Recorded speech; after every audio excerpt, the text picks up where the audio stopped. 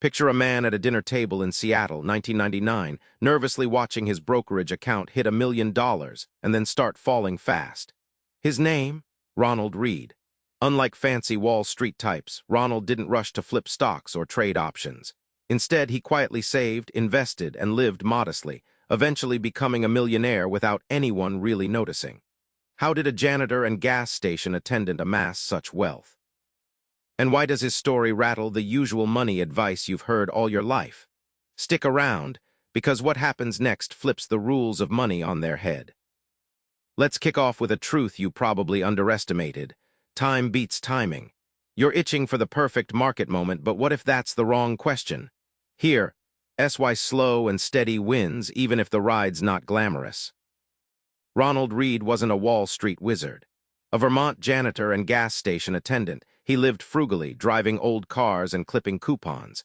But over decades, his consistent savings invested in blue-chip stocks grew quietly, no flashy wins, just steady growth. When he died, he left over $8 million to charity, stunning his town and baffling financial experts. The cliffhanger: he never talked about money, proving huge wealth can be invisible. Imagine a tiny snowball at the top of a mountain, barely noticeable. As it rolls, it picks up ice and rocks, growing larger and faster. That's compounding. Your money grows by earning returns on returns. It's not magic, just relentless buildup. But the catch: you need time for the snowball to transform into an avalanche, years or even decades. Start late and your snowball stays tiny. Here's the wild insight: you don't need to be a genius or catch market timing. Patience and regular investing quietly create massive wealth over time. The cliffhanger closes. Nobody gets rich by rushing or bragging, but by staying calm, consistent, and letting time do the heavy lifting. You might think success is pure skill, but wait, luck and risk are messy roommates in every money story. Why they sneak in, mess with plans, and why ignoring them is a huge mistake. Bill Gates didn't just build Microsoft out of thin air. He was lucky to attend a high school with early computer access in the 60s. If he'd been born a decade or continent away, history might have looked different. This isn't to downplay skill, but to spotlight how invisible luck, birthplace, timing can stack the deck for you or against you. The cliffhanger: recognizing this rewires how you view success and failure. Risk isn't just about wild bets.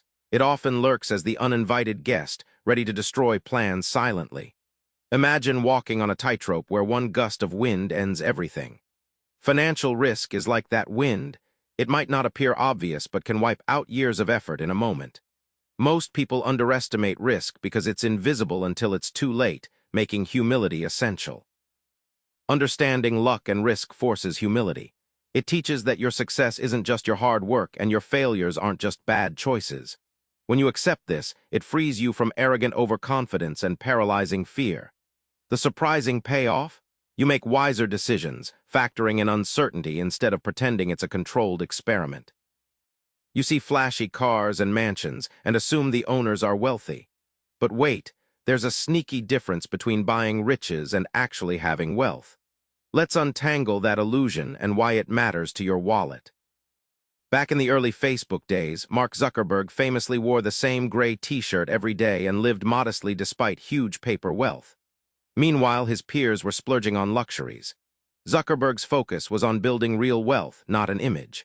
This sparked debates: was he rich or wealthy?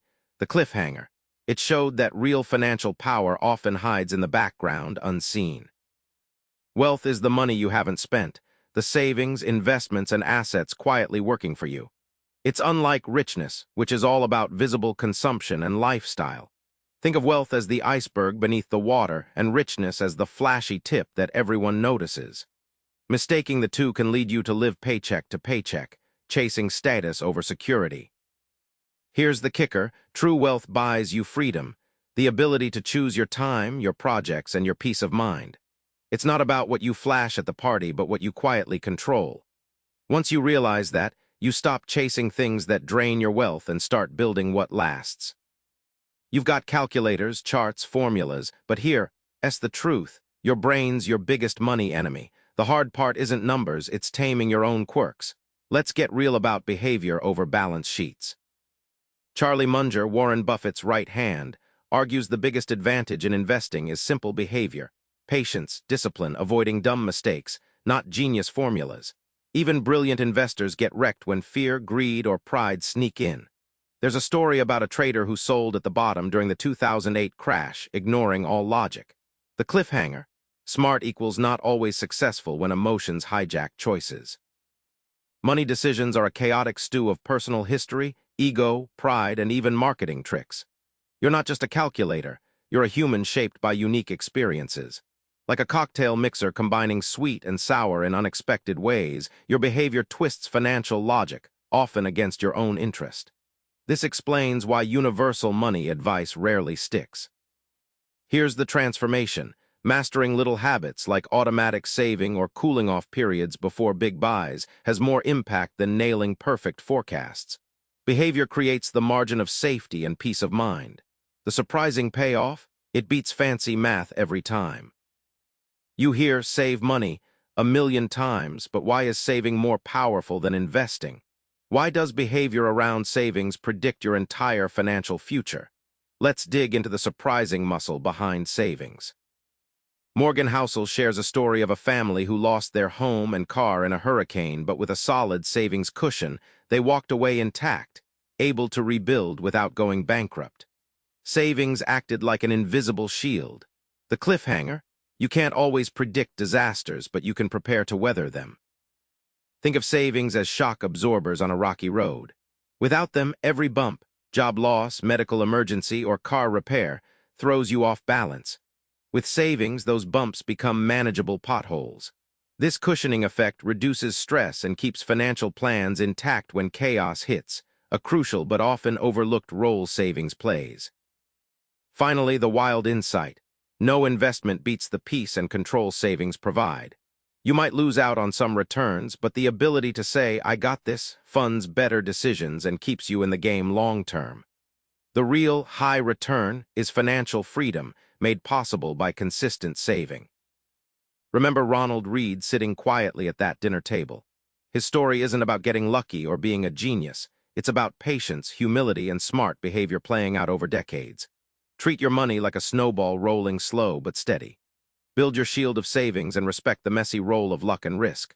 Try this. Before your next financial decision, pause and ask, am I being patient? Am I accounting for risk? Am I prioritizing freedom over flash? That simple check could change the game forever. Subscribe for more book summaries like this one.